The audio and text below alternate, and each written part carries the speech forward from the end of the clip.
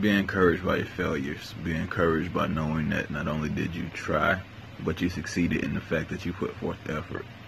Be relentless in your pursuit. Go into it with unwavering conviction of the mind that no matter what it is, no matter who it is, no matter why it is, no matter where it is, you can make it happen, for the simple fact that it's only you who knows exactly where you want this thing to go.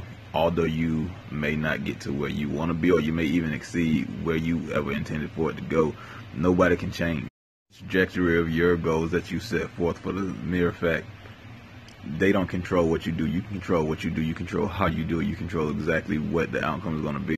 So make the conscious effort and decision this day and every day going forward that we're going to live the best of ourselves, our abilities, and everything else that we do, because, hey, we are resourceful, we are resilient, we're meant to be great, we're here for a purpose, we're doing what we are supposed to do.